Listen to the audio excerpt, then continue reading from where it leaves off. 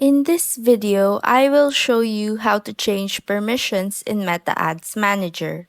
First, log into your Meta Ads account. Next, open another tab in your browser and go to Meta Business Suite. Click on your profile icon at the upper left corner and the drop-down menu will appear. Then, click on the Settings button next to your name card. Inside your settings board, scroll down to find your portfolios. On the right end of the portfolio card, click on the three dots and from the drop-down, select Assign Assets. A pop-up window will appear where you can choose which Facebook or Instagram accounts you want to assign permissions to.